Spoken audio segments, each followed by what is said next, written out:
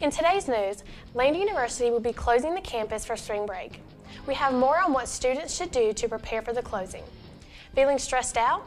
Coming up, we have a couple of ways Lander students can manage their time during midterm week. Spring is in the air. Here's what some faculty and students have to say about what they are doing to prepare for spring break.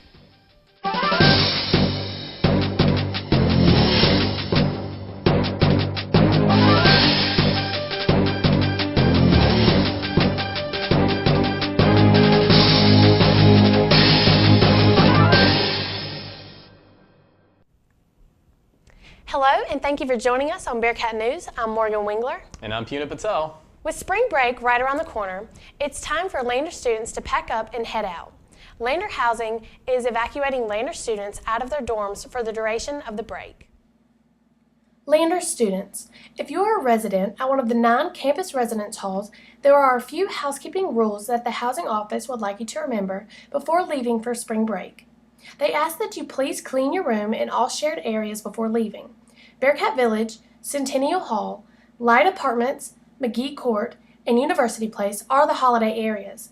If you live in one of these residence halls and wish to stay over break, you must go sign up in the housing office as soon as possible.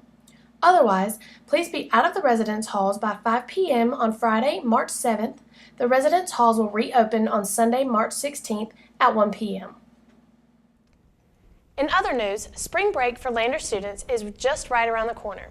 With more on the story, we go to Mason Moats to find out what exactly Lander faculty and students will be doing to relax and enjoy their break. Mason Moats here with WLG-TV, and with spring break fast approaching, we thought we'd take some time and see what all the students and faculty here at Lander have planned. What am I doing for spring break? That's a great question. First of all, I can't believe it's spring break already. It seems like we were just out for Christmas, and here we are, spring already. So I am going to spend time with my lovely wife. She teaches math here on the Lander campus. Some of you have had her. Some people who might be holding the camera right now have had her. I don't know what your grades are, but I hope you did well in there. But anyway, I'll be spending time with her, and we're going to just enjoy some sunshine. It's supposed to be 65 degrees and sunny the whole entire week. So just getting away and chilling out, putting on some great music, maybe cooking out a little bit, and maybe a little bit of travel, super secret travel. It's all going to be great. Fun. Good times. For spring break, I plan on going to Lake Santee and doing a lot of camping and fishing. Well, this spring break, I will be working at Lander University. I don't have any plans this spring break, so I might as well use my time wisely and make some extra money. Hey, for spring break, first of all, I won't be doing anything with my kids because school is still in session during Lander spring break.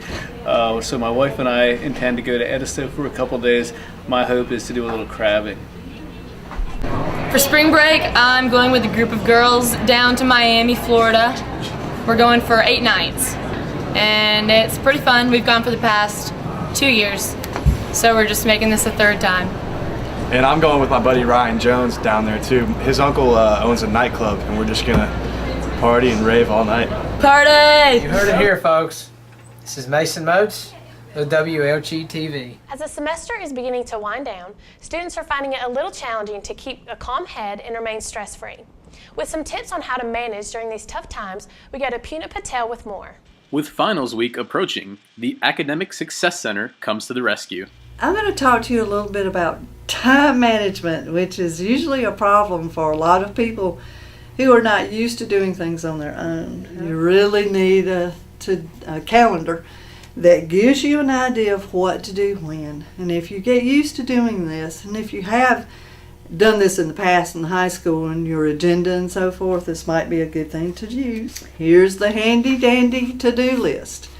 This is everything that I might want to do, not just in a day, but these are the sorts of things that I can check off or cross off that I've got maybe to do in a week or in the next few weeks, and things that are important, and I will adjust it. If it gets too crowded, I'll go to the next one and start saying, okay, these are the things I haven't done so far, and so I need to really focus on these. So that's a good thing. You can come back by the ASC and I'll give you one of these. Now, you know, there are times that we have tests that all come at one time, might be midterms, for instance. And we really do want to get prepared in advance. You need to make sure that you have enough time in order to prepare for a test, especially if they come all in 1 week. And we talk about the 5-day study plan, and that is really a time management tool. You need to start in advance enough so that if you need tutoring, you can get it. If you need to ask the professors questions, you can do that. And give yourself time to test yourself and really know the material. When this is so important, especially when you have lots of things all at one time. You've got to make sure that everything gets done as thoroughly as it can. And so I always say the 5-day study plan is an excellent way to do it. If you need to have some help on how to manage that 5-day study plan, we at the ASC can always help you do that as well. So plan ahead, Bearcats. This is Punit Patel reporting from WLG-TV. You know, Morgan, they say it was the best of times and it was the worst of times. And for students, the worst times are coming up, and I think we should manage our time a little bit better. I think that package is very helpful. I have a lot going on right now, so some different time management skills are very helpful in this time. We will now go to Punit Patel for our interview with Paul Crutcher. He will be talking about the upcoming film festival that will be taking place in the next couple of weeks at Lander. With me today, I have Paul Crutcher, the broadcast and emerging media specialist, to talk a little bit about the Lander Film Festival 5.0. Thank you for being here, Paul. Punit, thanks for having me. It's a pleasure. Okay. What is the Lander Film Festival? The Lander Film Festival is a time that Lander students, the Greenwood community, and anybody else that wants to participate, high school students, can come together and celebrate film on the Lander campus, and this year also at Greenwood Community Theater. We have a short film competition that's part of it. We'll have workshops from A-list celebrities this year, and it's just a chance to celebrate classic movies and to learn a little bit more about film. Okay, sounds great. Why the new name of 5.0? That was one of our guests last year, Craig Titley's idea. He said, let's up the game for 2014. Let's have better guests. Let's have more prize money. Let's really amp this thing up. So let's call it something different. So Lander Film Festival 5.0 kind of came out of that. Okay, sounds really futuristic. 5.0. Futuristic, I yeah, like it. That's it. It's nice. So what sets this year apart from every other year, previous years? Several things. First of all, we have our student short film competition. There's an open division as well and a high school division. So if you have a camera, you can make a movie. It has to be 5 minutes or less. This year, for the very first time, a line must be included in your film, and this year, that line has been written by a Hollywood screenwriter. For writers that have written Dexter on Showtime, Scrubs, Enlisted, movies like Cheaper by the Dozen, Percy Jackson and the Lightning Thief, Pacific Rim, and many more. There's so many movies it's hard to list all the credits. But these screenwriters, thanks to our guest, have written lines that will be specifically written for your movie. So you, Punit Patel, will have a movie line written by a Hollywood screenwriter. And that's pretty cool. We also have bigger guests coming in this year. Craig Titley's coming back, but this year Sarah Watson will be here.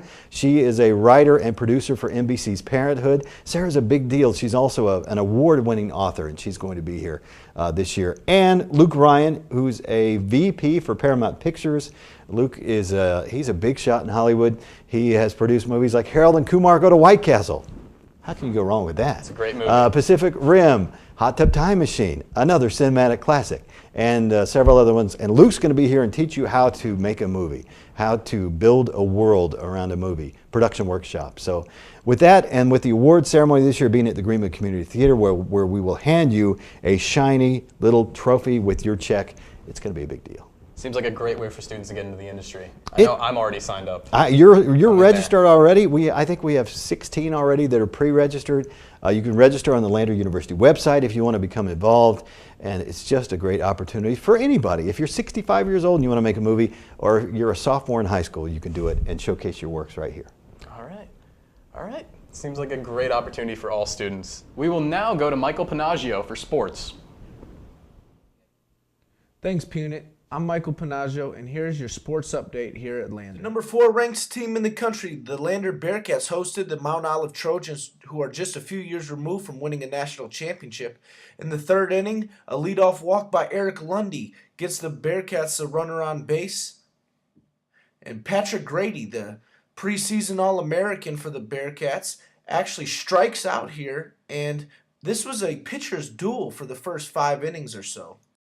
However, the Bearcats would make some noise in the 3rd inning as Connor Lewis, the first baseman, hits a base knock down the line and Eric Lundy moved over to 3rd. With Bearcats in scoring position, Thomas Berry would drive in Eric Lundy on a sacrifice fly to left field and give the Bearcats a 1-0 lead in the bottom of the 3rd. Connor Lewis would actually tag up and get to second base on the fly, and with another runner in scoring position, Wes Lawling would fly out to first base and the Trojans would get out of a jam. Ryan Jones would get the start for the Bearcats, and in the 5th inning, Mount Olive finally got their first hit thanks to Jay Gonzalez. The following batter would line out to Greg Ramos at 3rd base, and then Jones would get Brandon Rotelno out by freezing him with the fastball. Rob Shipman was the next batter for the Trojans, and he was overpowered by Jones's fastball, and Jones gets out of the inning with no damage done. Jones picked up in the 6th inning where he left off in the 5th with another strikeout. This time, it was Jay Edwards whiffing on Jones's curveball.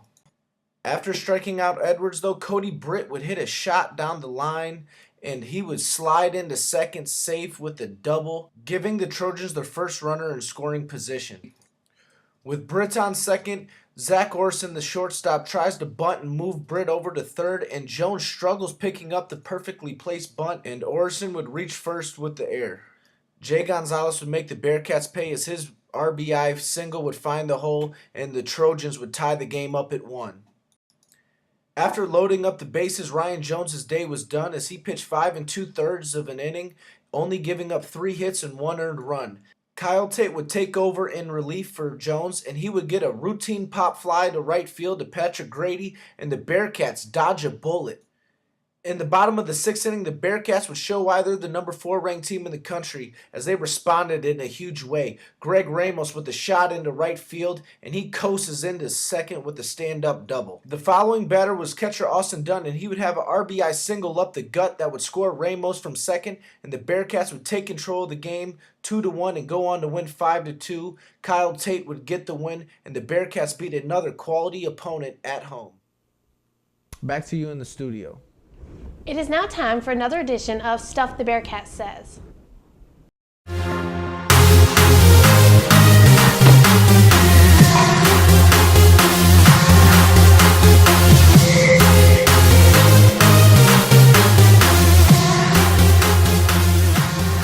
Reindeer baby clothes? Like, what is this promoting? I wish the athletes would stop taking all the good classes. I can't log on for any of my classes because they take them all. Why do they get to log in early? Huh? No one knows. No wonder why I go home on the weekends. There's nothing to do at Lander. I love Greek life. Come on, y'all, let's get on the elevator. Y'all ready? All the class to go. There's no more room. Sorry, there's no more room. Well, that's all the time we have for today. Thank you for joining us on Bearcat News. I'm Morgan Wingler. And I'm Puna Patel. Have a great day.